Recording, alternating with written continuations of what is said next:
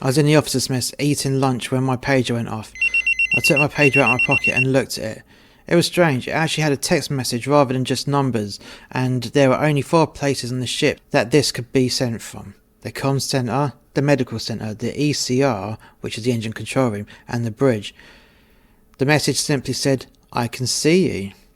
I thought nothing of it, and I placed my pager back in my pocket and finished off my dinner.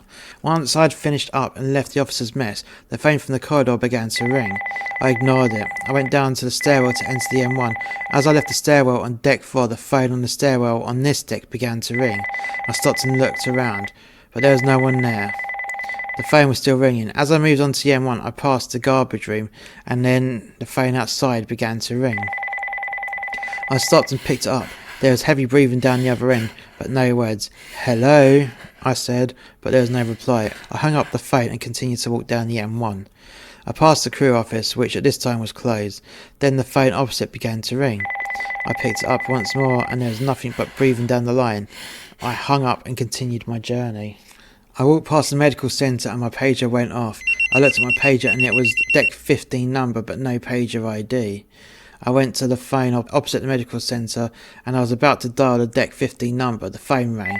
I picked it up and I could hear someone sniggering on the other side. I slammed the phone down and started to dial. The phone was answered and there was more sniggering down the phone. "Tell your friends that you're all a bunch of cunts," I said. Then I slammed the phone down hard. I resumed my journey and made it to the exit of the passenger area. Then through the hidden door, back into another crew area and through the warren. As I passed Shoppy Corridor, the phone on the stairwell began to ring. I ignored it and I began to walk up the stairs. My pager went off yet again and there was a text message saying, "Go back to the phone in Shoppy Corridor." I should have left it alone. I should have gone back to my cabin, but I was curious. I went back down to the Shoppy Corridor and the phone was ringing. I picked it up and a muffled voice said, "Go to the phone on the stairwell on deck 14. Then it hung up. I replaced the handset and walked over to the lift. I pressed the button and waited and then stepped into the lift. When it arrived, I pressed deck 14 and the lift went up. I stepped out of the lift and someone was on the stairwell phone. My pager chimed with a message. I took my pager out of my pocket and the message read, "Go to the phone on deck 17 midship by the sunbeds."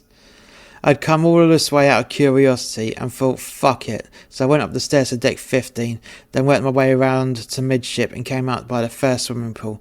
I walked along the deck to the stairs up to deck 16, then walked towards the stage area. Either side of the stage was another staircase going up to deck 17. This small section of deck was a sunbathing area. There were deck chairs in every available space, but this time of day it was empty of passengers. They were either off the ship or at lunch in the buffet. I walked along the deck towards the phone and it started to ring. I picked up the phone. A muffled voice spoke. "Go to the ECR port entrance for your prize." The phone hung up. I lit a cigarette and began to walk along the deck towards the stairs.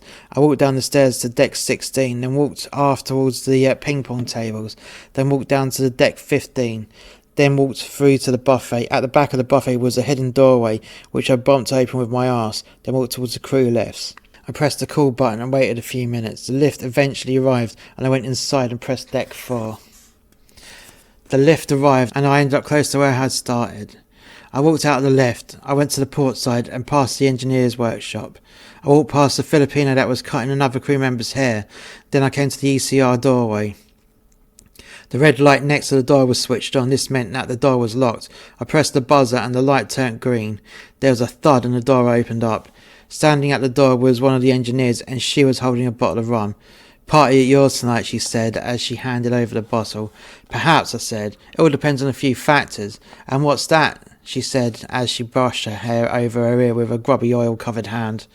"If you're working late, make sure you bring some grub with you," I said. "We shall see," she said with a smirk on her face. "What time do you knock off?" I said. 3 a.m, she said with a smile. "How do I know if the party's on?" I smirked. "Follow your ears. If there's a racket, then you know there's a party. If there isn't a racket, there could still be a party, if you know what I mean." I paused for a while. "How did you know I was by each phone?" The engineer smiled. "That would be telling," she said as she closed the door on me. There was another thud as the door locked and the red light illuminated once more. I began to walk towards the M1 and back to my cabin. As I passed the garbage room, the phone nearby started to ring. I went over and picked it up. The muffled voice said, I keyed your name into the CCTV computer and the face recognition software has been tracking you. The line went dead and I replaced the handset. As I walked back towards my cabin, I just thought to myself, what a bunch of cheeky cunts abusing the CCTV as though it's a commodity to exploit. I bet they all do it. As I left the M1 and headed towards the Warren, my pager went off. I took out my pager and read the message. Pizza and sandwiches are ordered. Make sure Master Station X is full. I put my pager in my pocket, smiled, went back to my cabin and began to plan the party that would happen tonight.